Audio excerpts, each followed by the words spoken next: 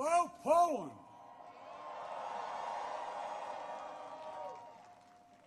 One of our great allies.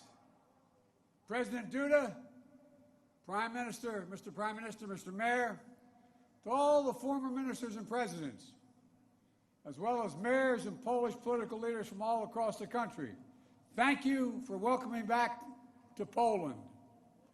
You know, it was nearly 1 year ago I spoke at the Royal Castle here in Warsaw, just weeks after Vladimir Putin had unleashed his murderous assault on Ukraine, the largest land war in Europe since World War II had begun. And the principles that have been the cornerstone of peace, prosperity, and stability on this planet for more than 75 years were at risk of being shattered. 1 year ago, the world was bracing for the fall of Kyiv. Well, I just come from a visit to Kyiv, and I can report Kyiv stands strong. Kyiv stands proud. It stands tall. And most important, it stands free. When Russia invaded, it wasn't just Ukraine being tested. The whole world faced a test for the ages. Europe was being tested. America was being tested. NATO was being tested. All democracies are being tested. And the questions we faced were as simple as they were profound. Would we respond, or would we look the other way? Would we be strong, or would we be weak? All of our allies, would be united or divided? 1 year later, we know the answer. We did respond. We would be strong. We would be united. And the world would not look the other way. We also face fundamental questions about the commitment to the most basic of principles. Would we stand up for the sovereignty of nations? Would we stand up for the right of people to live free from naked aggression? Would we stand up for democracy? 1 year later, we know the answers. Yes, we would stand up for sovereignty, and we did. Yes, we would stand up for the right of people to live free from aggression, and we did. And we would stand up for democracy, and we did. And yesterday, I had the honor to stand with President Zelensky in Kyiv to declare that we will keep standing up for these same things, no matter what.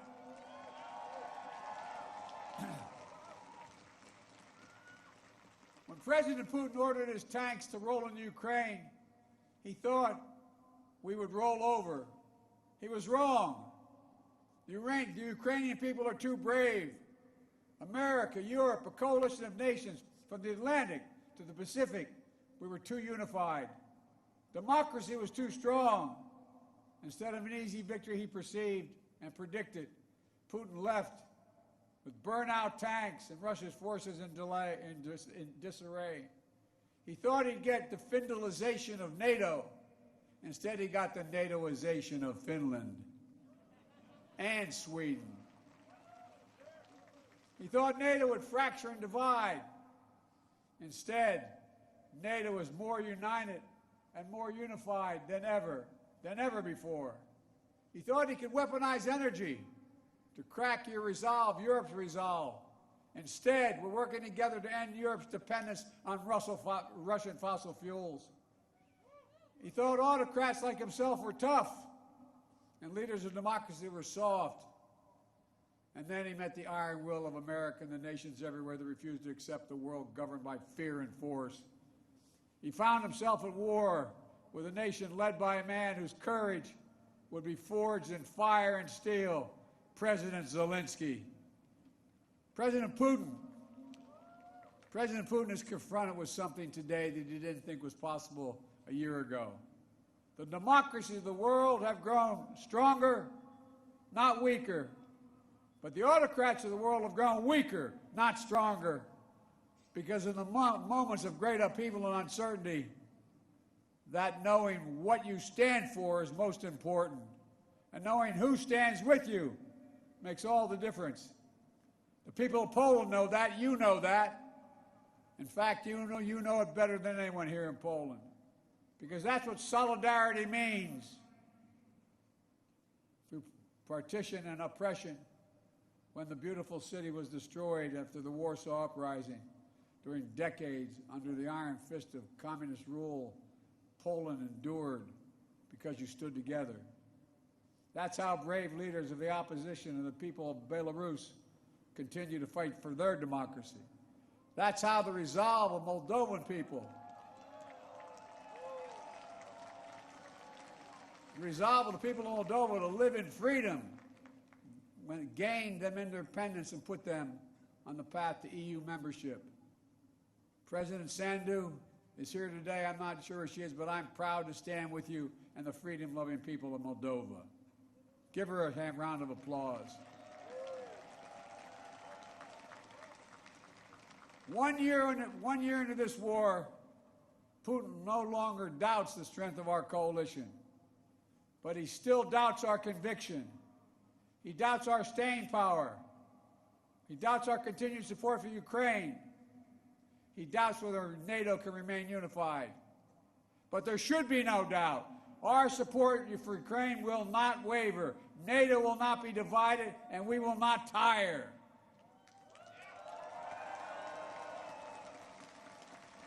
President Putin's craven lust for land and power will fail, and the Ukrainian people's love for their country will prevail.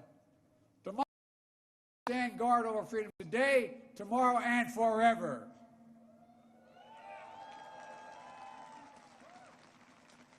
So that's what's at stake here. Freedom. That's the message I carried to Kyiv yesterday, directly to the people of Ukraine. When President Zelensky said he came to the United States in December, quote, he said, this struggle will define the world and what our children and grandchildren, how they live, and then their children and grandchildren. He wasn't only speaking about the children and grandchildren of Ukraine.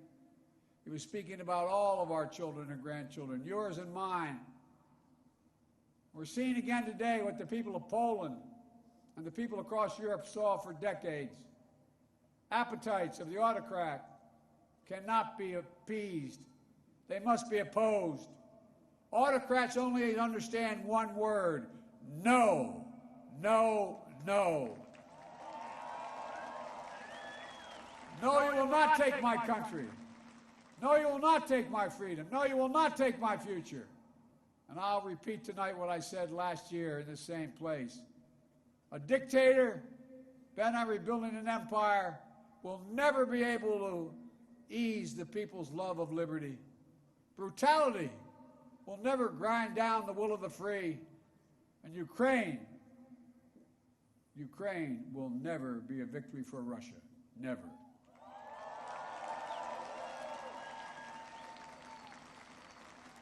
For free people refuse to live in a world of hopelessness and darkness.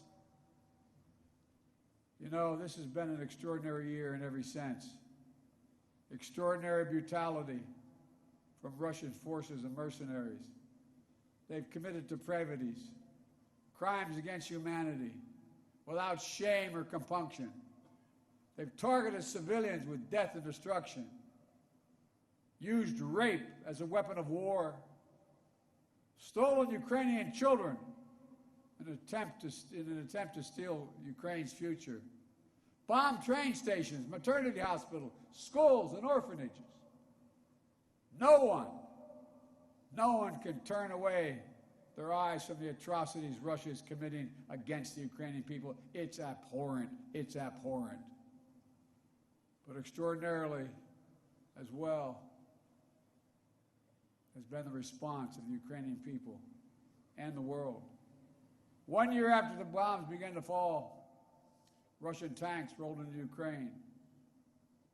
Ukraine is still independent and free.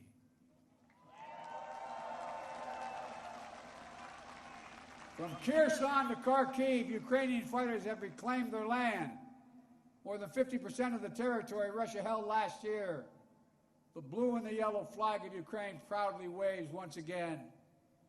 President Zelensky still leads a democratically elected government that represents the will of the Ukrainian people. And the world has already voted multiple times, including the United Nations General Assembly, to condemn Russia's aggression and support a just peace. Each time in the UN, that vote has been overwhelming. In October, 143 nations of the United Nations condemned Russia's illegal annexation. Only four in the entire UN voted with Russia. 4. So tonight, I speak once more to the people of Russia. The United States and the nations of Europe do not seek to control or destroy Russia.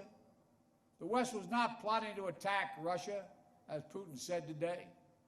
And millions of Russian citizens who only want to live in peace with their neighbors are not the enemy.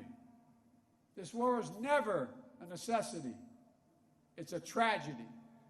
President Putin chose this war. Every day the war continues is his choice. He could end the war with a word. It's simple.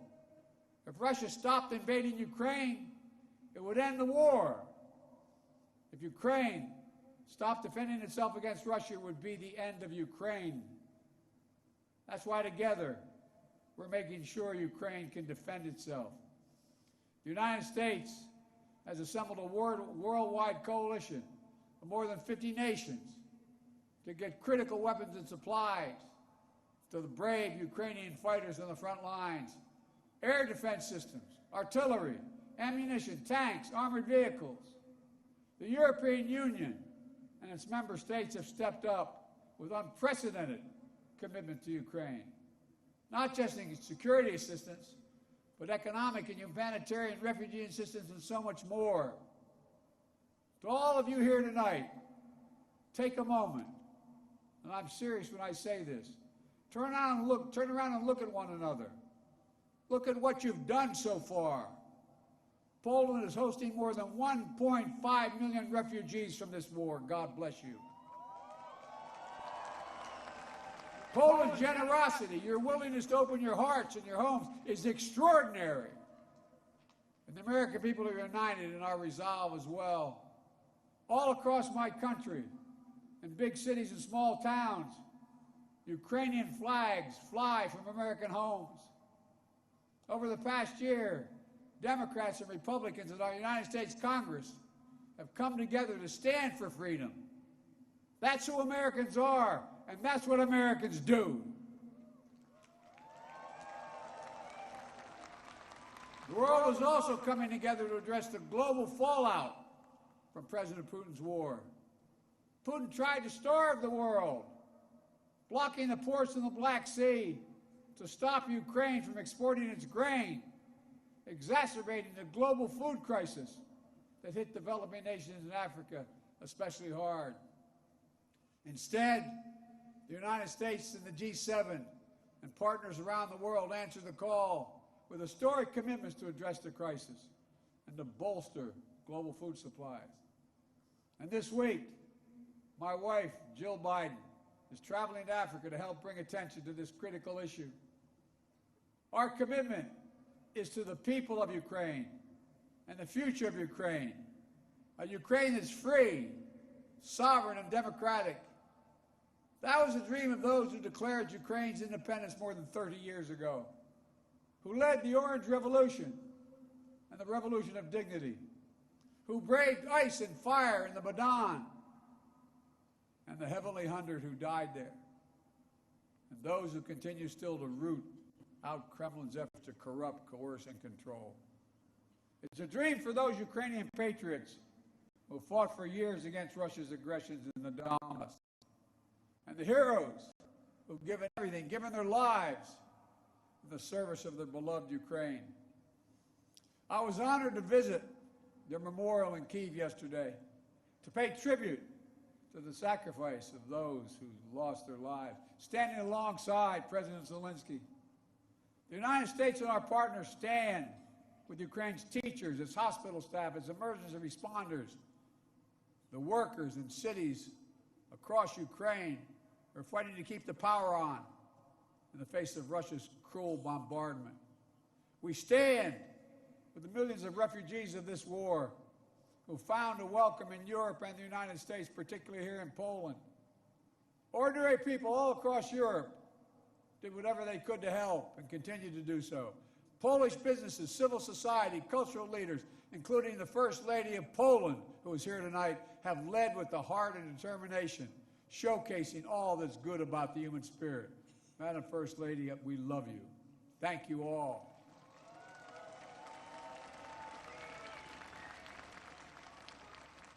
I'll never forget last year visiting with refugees from Ukraine who had just arrived in Warsaw, seeing their faces, exhausted and afraid, holding their children so close, worrying they might never see their fathers, their husbands, their brothers, their sisters again. In that darkest moment of their lives, you, the people of Poland, offered them safety and light. You embraced them. You literally embraced them. I watched the looks on their faces. Meanwhile, together we made sure that Russia is paying the price for its abuses. We continue to maintain the largest sanction regime ever imposed in any country in history. And we're going to announce more sanctions this week together with our partners.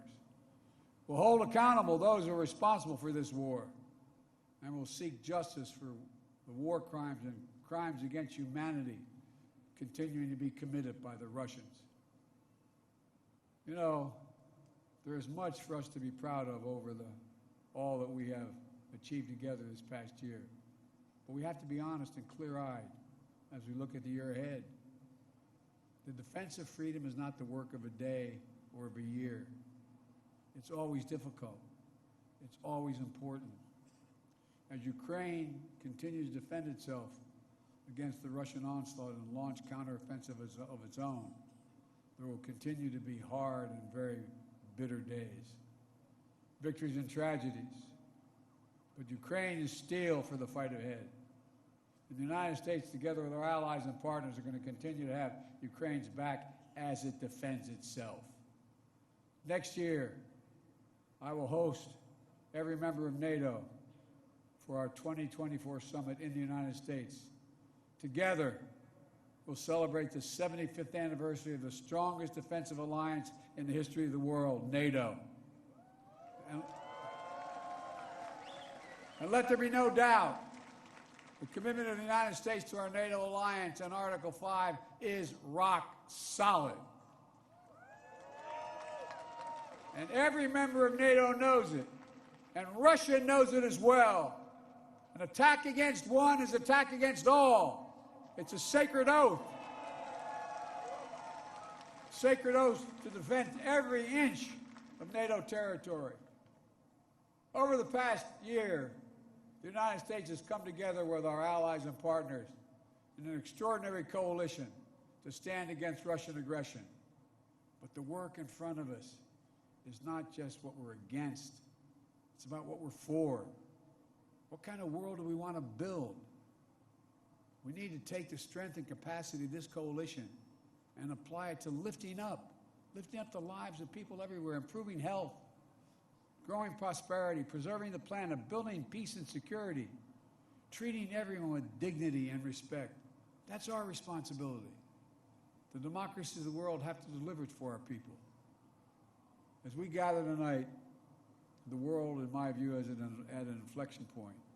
The decisions we make over the next 5 years or so are going to determine and shape our lives for decades to come. That's true for Americans. That's true for the people of the world. And while decisions are ours to make now, the principles and the stakes are eternal. The choice between chaos and stability, between building and destroying, between hope and fear, between democracy that lifts up the human spirit and the brutal hand of the dictator who crushes it, between nothing less than limitation and possibilities. The kind of possibilities that come when people who live not in captivity but in freedom. Freedom. Freedom. There is no sweeter word than freedom. There is no nobler goal than freedom. There's no higher aspiration than freedom. Americans know that, and you know it. And all that we do now must be done so our children and grandchildren will know it as well. Freedom. The enemy of the tyrant and the hope of the brave and the truth of the ages. Freedom. Stand with us. We will stand with you. Let us move forward with faith and conviction and with an abiding commitment to be allies, not of darkness but of light, not of oppression but of liberation, not of captivity but, yes, of freedom. May God bless you all. May God protect our troops. And may God bless the heroes of Ukraine and all those who defend freedom around the world. Thank you, Poland. Thank you, thank you, thank you for what you're doing. God bless you all.